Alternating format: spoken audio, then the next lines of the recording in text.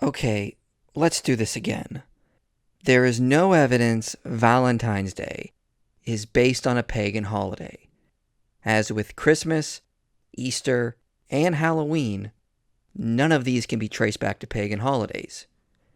Yet the conspiracy theorists love to peddle these misconceptions.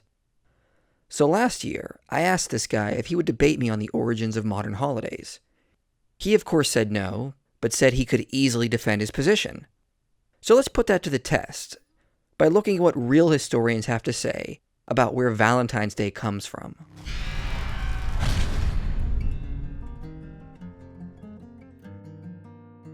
The modern holiday of Valentine's Day traces back to the 14th century in Britain and France. Writers from around the same time period, Geoffrey Chaucer and John Gower, mention the same popular idea that birds chose their mates on the feast of St. Valentine, their patron saint.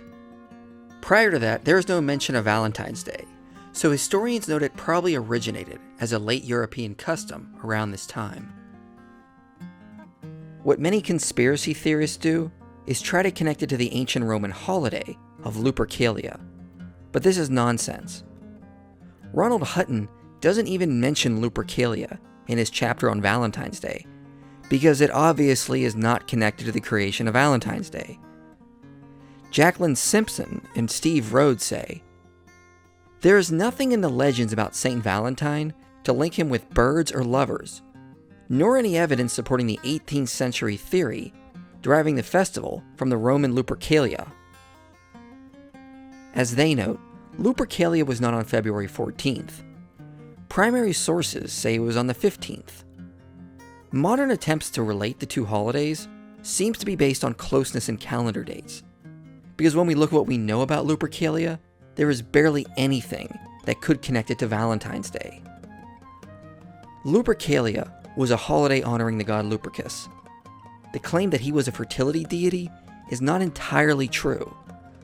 Lupercus was a protector of flocks against wolves, and primarily worshipped by shepherds for obvious reasons, hence his name, which derives from the Latin word for wolf. He probably was connected as a promoter of sheep fertility, but it is hard to say if he was worshipped as a god of human fertility, and this wasn't his primary role. Fertility rites primarily belonged to the goddess Juno and Venus and the god Bacchus.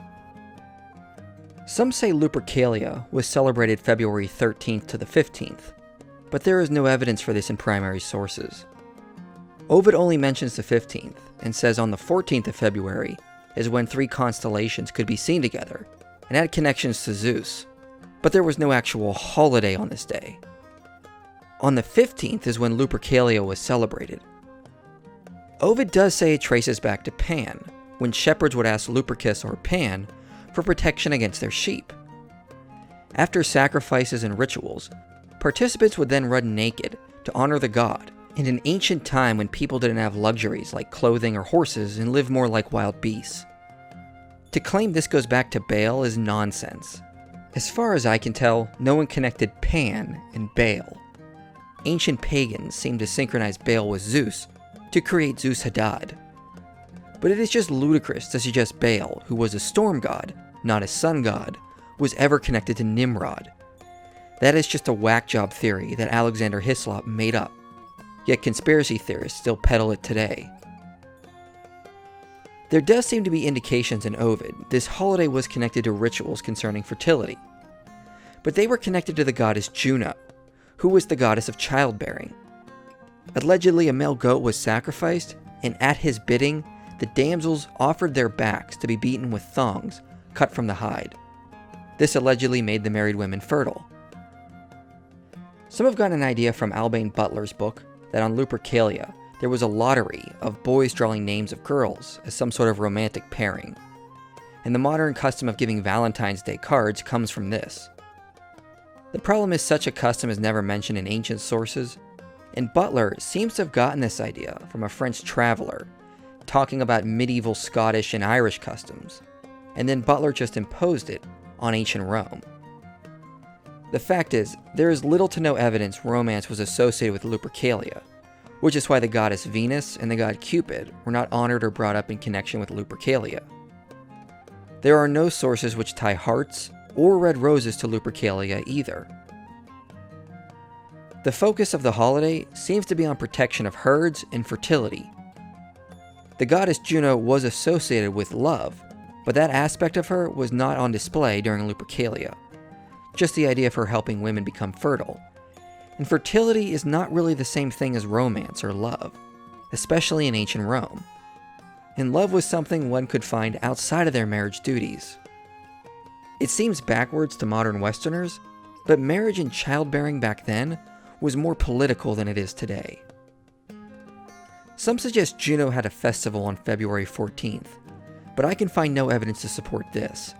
The main month she was honored in was June, which was the month named after her. She never had a festival on February 14th, but only seemed to help out on Lupercalia. Based on evidence from inscriptions, the festival seems to have died out by the 6th century. Some suggest around this time is when Pope Gelasius instituted Valentine's Day as a replacement for Lupercalia, but there is no evidence of this, and he never mentions Saint Valentine in his long letter condemning the practice of Lupercalia. There is no evidence I can find that says Gelasius established the feast of Saint Valentine, and if he did it on the wrong day if he was trying to Christianize Lupercalia. As I said earlier, all reports of Valentine's Day or the feast of Saint Valentine don't show up until the 13th century. Then it was John Lydgate in the 14th century who mentioned Cupid in relation to the holiday. Sure, Cupid is a pagan god, but he was only associated with the holiday long after Roman paganism died out. And no one in medieval Europe was worshipping Cupid at this time. Using Roman gods was really caricaturing them for artistic reasons, not a secret attempt to worship them. So no one had been celebrating Lupercalia for centuries when Valentine's Day was likely created. So the truth is, there is no evidence Valentine's Day comes from a pagan holiday. So stop worrying about nothing and just enjoy the holiday. The truth is, no one is impressed by a legalistic mindset where someone thinks they're being more holy by avoiding harmless holidays.